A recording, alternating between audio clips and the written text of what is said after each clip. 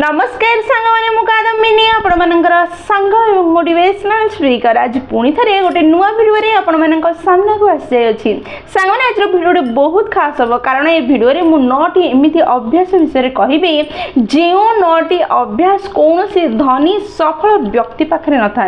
आप जेकोसी अवस्था था जेकोसी परिस्थिति था जो भी था ना कहीं सी गाँ हो सहर चाकरी करूँ बिजनेस पाठ पढ़ु था 9टी अभ्यास आपण भितर जदि रही आप जीवन में से जगह ही स्टक होइबे जो जगार वर्तमान अच्छा केबे भी सफल हो पारे ना धनी हो पारे ना निज को आग को नहीं पारे ना जदि आप चाहते निज जीवन में आग को बढ़ापी सफल होगापी धनी होगापी निजर सब स्वप्न पूरण कर क्रांति किसी बड़ किसी उन्नत करने भिडियोटी को शेष पर्यंत देखूँ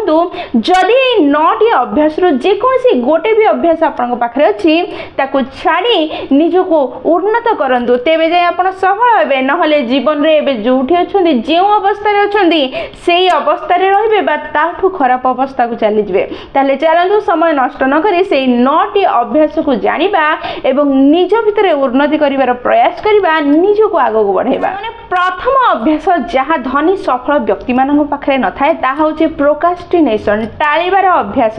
एबे ए कार्य करी ना काली की करी आज समय भल ना आज सितारा भल ना आज मुहूर्त भल ना आज करने मोर योग्यता ना मुझे प्रिपेयर हेबी तापर काली की करी यही कथबार्ता यही चिंताधारा धनी सफल लोक मानकर न थाए जो कार्य करने दरकार से कार्य करने इच्छा थाऊ बा न थाऊ से कार्य को करि से समय जो समय ताहा करने दरकार जदि टाळीबार अभ्यास आपण भितर अच्छी ताहले ये सबुठु बड़ खराब अभ्यास जहाँ आपन को जीवन में सफल और धनी होगापी देउना आज आज ये मुहूर्त रे ये अभ्यास को छाड़ू नचेत आपन केबे भी निज स्वप्न को पूरण करि परिबे नाही द्वितीय अभ्यास जहाँ मु कौनसी भी धनी सफल व्यक्तिर जीवन रे देखि नाही ताहा होची धनी और सफल व्यक्ति माने केबे भी केही भी जदि कथा कहूची तार कहूथिबा मझिरे इंटरप्ट करंती नाही मझिरे कहिबार प्रयास करंती नाही कहूथिबा व्यक्तिर संपूर्ण कथा को शुणिबार प्रयास करती जो व्यक्ति माने सफल हो न था जीवन में किसी बड़ कर से व्यक्ति माने ही सामना वाला कहूथिबा समय रे ता कथा पूरा न होनु मझिरे कहबा प्रयास करथांती एवं कहबा आरंभ कर देथांती किंतु धनी सफल व्यक्ति माने सामना वाला कहि सारिबा परे तांको सुजोग आसिले ही कहबार प्रयास करती जहाँ फल रे से माने अधिका जानिबार अधिका शिखिबार सुजोग पाती जेतेबेले आमे कहबा आरंभ कर दे थाउ सेतेबेले आमे सेतिकी ही कहि पारि थाउ जेतिके आम भितर ज्ञान अछि किंतु जेतेबेले आमे सुनिबा आरंभ करि थाउ सेतेबेले आमे ताहा मध्ये जानि पारि थाउ जहाँ आमे जानि नहु जे ज्ञान हमर नाही से ज्ञान आम भितर को आसीबा आरंभ होय थाए सेथिबे अधिका कहबा बदल रे बा प्रत्येक छोट छोट कथार इंटरप्ट करने बदल में सामना वाला कौन कहूँ से कौन कहवाई चाहूँगी तार समस्या कौन शुणिबार प्रयास करूँ जो आप समय आसब कहबार सुजोग मिल से कहे तृतीय अभ्यास जहाँ धनी और सफल व्यक्ति मान भर न थाए धनी और सफल व्यक्ति माने निज विफलता निज फेल्यूर निज भूल अन्य मान को ब्लेम कर न था मु बहुत बड़ कार्य कर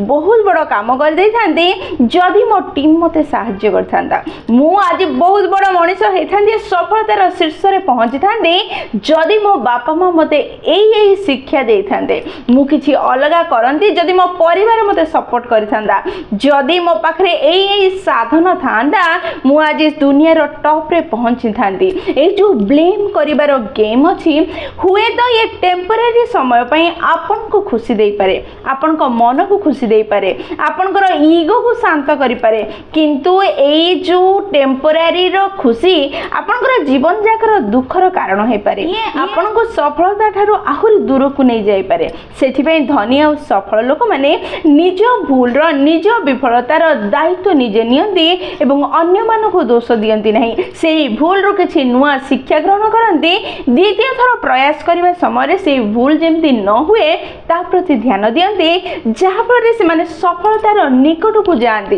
किंतु ए साधारण लोक माने जो माने सफल हो पारि न थांती से माने ब्लेम गेम खेल निजको बंचाउछन्ति बोली भाबी निज ईगो को तो सैटिस्फाई करन्ति किंतु सफलता ठारू निजको बहुत दूर को नहीं जाई जीवन सारा दुख रे बुड़ी जांती। चतुर्थ कार्य जहाँ केबे भी कौनसी धनी एवं सफल व्यक्ति निज जीवन रे करि न थाए ताहा होछि धनी सफल व्यक्ति माने केबे भी निज दायित्व ठारू निजको दूर को नियंती नहीं। से माने निज दायित्व ठारू केबे निजको दूर रखिबार प्रयास करन्ती नहीं, एक्सक्यूजेस नियंती नहीं। जदि आपण मध्ये सफल और धनी हेबा पई चाहुचंदी ताहले निज दायित्व कोन ताकू भलरे बुझंतु एवं पूरा शक्ति लगाई से दायित्व को पूर्ण करंतु। जदि आपण बारंबार एक्सक्यूजेस नेबे ताहले आपण निज दायित्व को पूर्ण करि परिबे नहीं, निजको सफल करि परिबे नहीं। सबबेले मन रखिथांतु जीवन रे दुईटी ही रास्ता प्रत्येक परिस्थिति रे प्रत्येक अवस्था रे आपनको सामना को आसीबो। प्रथम होछि से कार्य को पूरा दायित्वर सह करिबे,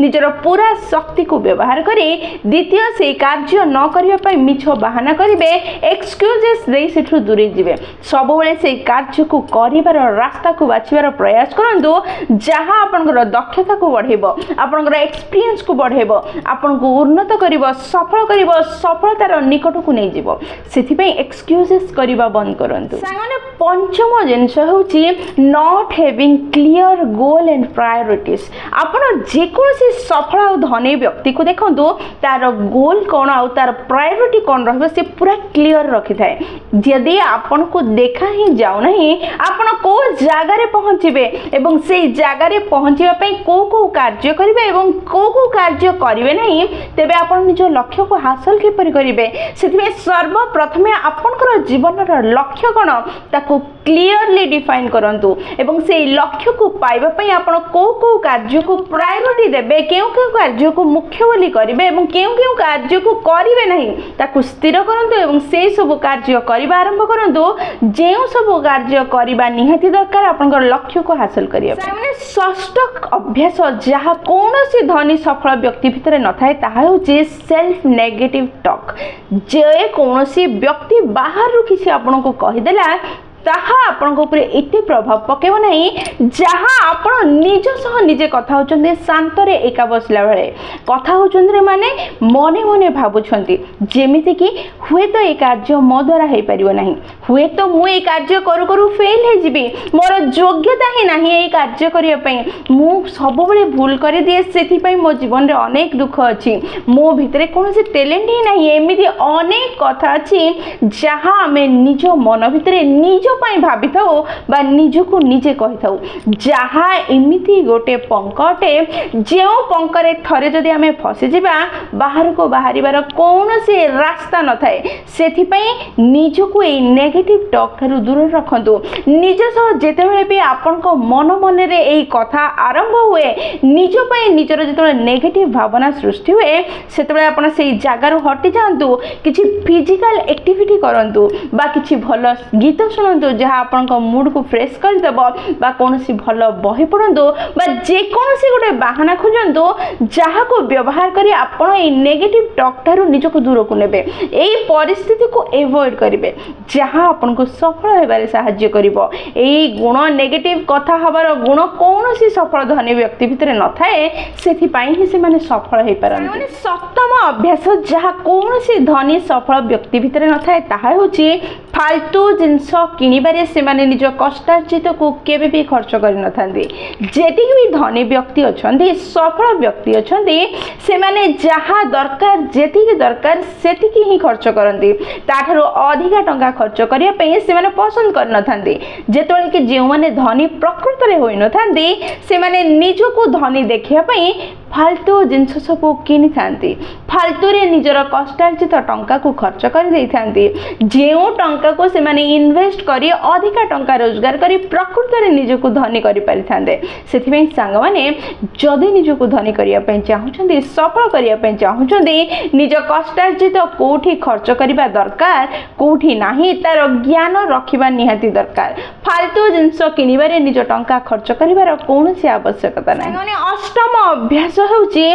ଯେତିକି ବି ଧନୀ ବ୍ୟକ୍ତି ଅଛନ୍ତି ସେମାନେ ଜୀବନରେ ତାଙ୍କ ପାଖରେ ଥିବା ପ୍ରତ୍ୟେକ ବ୍ୟକ୍ତିକୁ ସମ୍ମାନ ଦେଇଥାନ୍ତି। ସେଇ ବ୍ୟକ୍ତି ହୁଏତ